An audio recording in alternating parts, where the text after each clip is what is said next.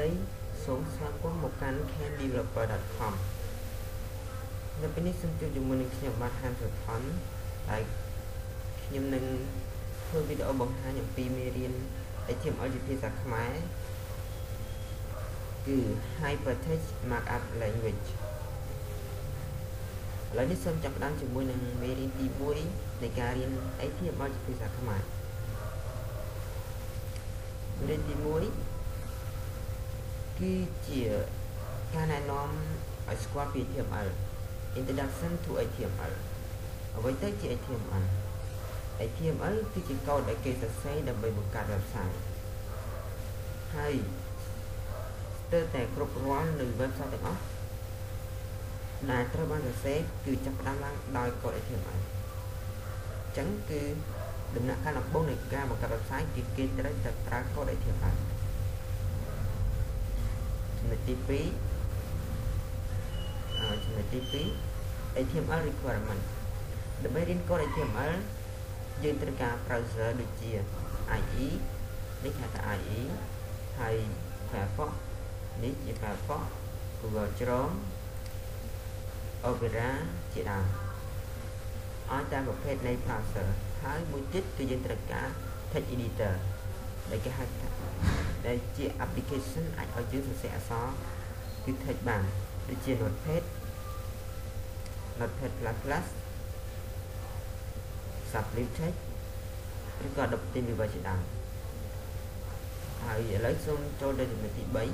3ជានិយាយពី HTML extension គឺជាឈ្មោះកន្ទុយដែលបញ្ជាក់អំពីប្រភេទ file ដែលចំពោះ HTML គឺ extension របស់វា .html ឬក៏ .htm extension ដែលបញ្ជាក់ថាជាប្រភេទ file HTML ឥឡូវដើម្បីបង្កើត file HTML យើងអាចធ្វើតាមរបៀបខាងក្រោមទី1យើងដាក់លើទីតាំងដែលទំនេររបស់ desktop របស់យើងទី2រើសយកពាក្យថា new text document ពាក្យថា new text document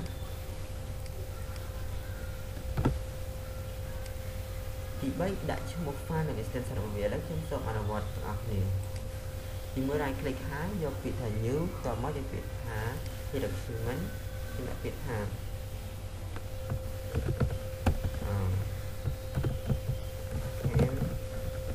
developer ឥឡូវ extension របស់វាគេដាក់ថា .htm ឬក៏ .html ដូចគ្នាឥឡូវខ្ញុំ enter បន្តមក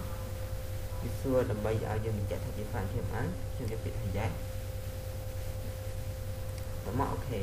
នេះជា file HTML ខ្ញុំទទួលបាននៅ file HTML មួយ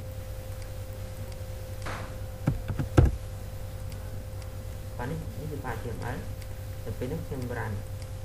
open ដូចតែយើងអត់បានសរសេរកូដអីក្នុងហ្នឹងវាអត់មានបញ្ចេញអីទេឥឡូវយើងចង់ដឹងថាមានកូដអីក្នុងហ្នឹងខ្លះយើងចុច Ctrl U នេះអញ្ចឹងវាបញ្ជាក់ថានៅក្នុងនោះមានកូដអីទាំងអស់គឺប្រទេសស្អាត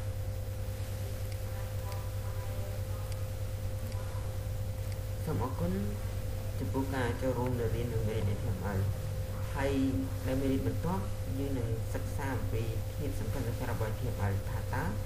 HTML មានធាតុសំខាន់អ្វីខ្លះសូមអរគុណចំពោះការតាមដានទស្សនាមេរៀន HTML